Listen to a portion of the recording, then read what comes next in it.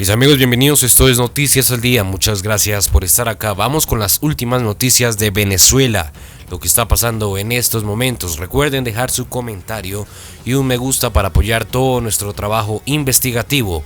Juan Guaidó, el presidente insospechado, habla el líder de la oposición que sueña con despachar desde el Palacio de Miraflores. Guaidó mira todos los días desde su oficina unas fotos del Palacio de Miraflores, la sede del gobierno en Venezuela. El edificio donde despacha Nicolás Maduro está en el centro de Caracas, varios kilómetros al occidente de la sede de Guaidó, situada en una torre ejecutiva de aspecto sobrio, pero allí, sobre su escritorio, el político de 36 años conserva un libro con fotografías del palacio donde espera vivir y despachar en el corto plazo. Las imágenes de la página completa y a todo color son un amuleto que le indica cuál es su objetivo, pero también cada mañana ese Miraflores de papel le recuerda que su presidencia sigue siendo simbólica.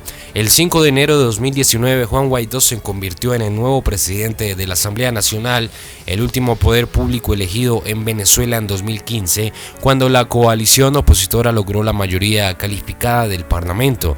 Por un acuerdo entre la oposición, el Partido Voluntad Popular postuló a Guaidó para presidir la Cámara de 2019 a 2020. El 10 de enero se cumplieron 6 años desde que Nicolás Maduro asumió la presidencia de la República, justo después de que Hugo Chávez se retiró por enfermedad antes de morir en marzo de 2013. Con Guaidó recién elegido en la Asamblea, la oposición argumentó que Maduro empezaba a usurpar el cargo. Guaidó invocó el artículo 233 de la Constitución venezolana, que faculta al presidente del Poder Legislativo para encargarse del Ejecutivo de forma provisional. Desde entonces, su exigencia, apoyada por la mayoría de los partidos de oposición, se resume en 3 pasos: cese de la usurpación, gobierno de transición y elecciones libres. Alrededor de 60 países, incluidos Estados Unidos y la Unión Europea, reconocen a Guaidó como el presidente legítimo de Venezuela. Este apoyo se logró con un intenso lobby internacional que empezó a fraguarse en diciembre de 2018, poco antes de su ascenso a la presidencia del Parlamento. Aunque aliados como Donald Trump e Iván Duque le han prestado un apoyo esencial al inusitado gobierno de Guaidó, Nicolás Maduro sigue firme en el sillón presidencial. 9 meses han pasado desde que el líder de la oposición juró su cargo como jefe de Estado frente a miles de venezolanos en las calles de Caracas, pero la criatura de un nuevo poder en Venezuela continúa en gestación. Juan Guaidó es el diputado más joven que ha alcanzado la presidencia del legislativo en Venezuela. Ingeniero industrial con posgrado en gerencia pública, se formó en la Universidad Católica Andrés Bello, donde empezó su preparación política como activista y líder estudiantil.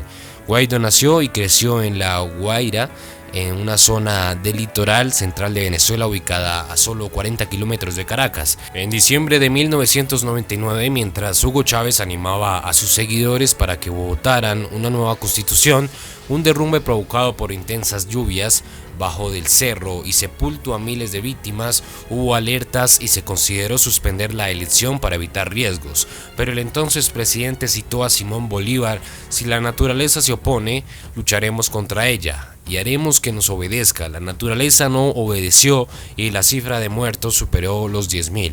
Entonces, a los 16 años, Juan Guaidó empezó a padecer una forma de actuar que se volviera típica durante la hegemonía chavista. Primero el poder, después todo lo demás. Expulsada por ese derrumbe, la familia Guaidó, junto con miles de vecinos, tuvo que abandonar La Guaira para radicarse de forma provisional en casas de algunos familiares. Hoy el político recuerda que dormía junto a su madre y hermanos hacinados en una misma alcoba. En aquella época, para reconocer las consecuencias de la tragedia, algunos estudiantes recibieron becas, entre ellas Juan Guaidó. Esos días le generan sonrisas, pero también revive los múltiples esfuerzos que debió hacer para vivir en distintos lugares mientras completaba su carrera universitaria.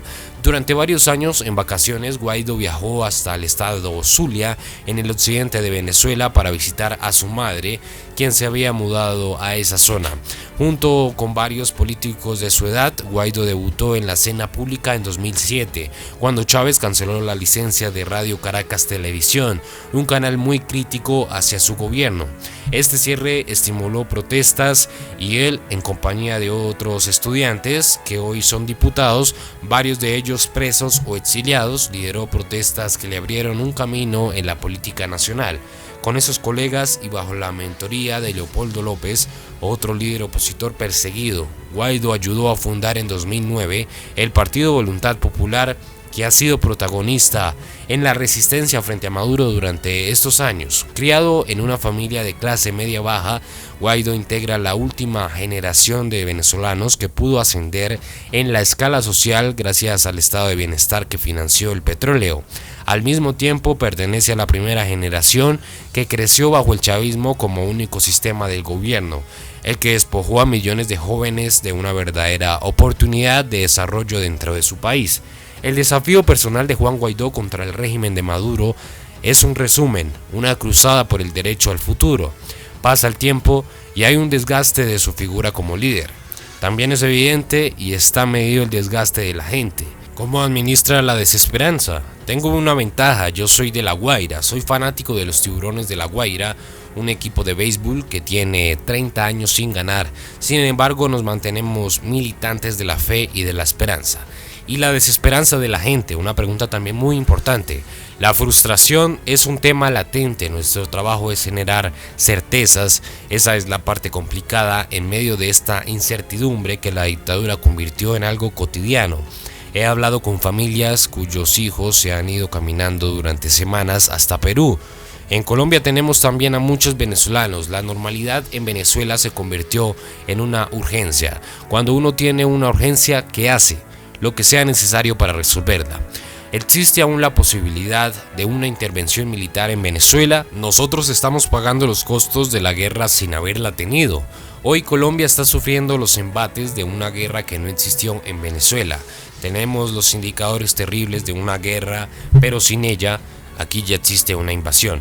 De los cubanos, de los rusos, de grupos irregulares como las disidencias de las FARC y el ELN, al que le permiten explotar nuevos recursos y contrabandearlos hacia Colombia. Pero de esa invasión no se habla y me parece hipócrita. Este dilema no puede ser visto como un dilema de guerra o paz. El dilema es cómo se soluciona el conflicto de la mejor manera en Venezuela.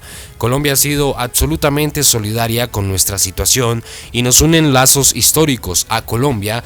Además les conviene que Venezuela se recupere porque es su primer socio comercial. Lo que ha hecho Iván Duque con el caso venezolano es acertado y noble, pero además inteligente. Si tuviera que repetir lo que hicieron en la frontera con Cúcuta, lo repetiría o probaría otro modo.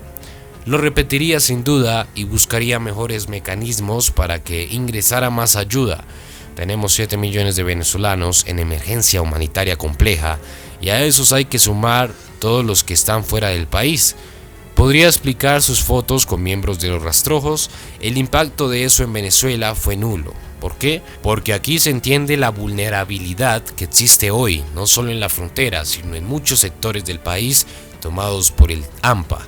Ahí lo que pasó es que el gobierno venezolano bloqueó la frontera para tratar de impedir el ingreso de la ayuda humanitaria y nosotros salimos por el lugar que pudimos sin conocimiento de cuáles sectores están abajo del dominio de quien en torno a la frontera.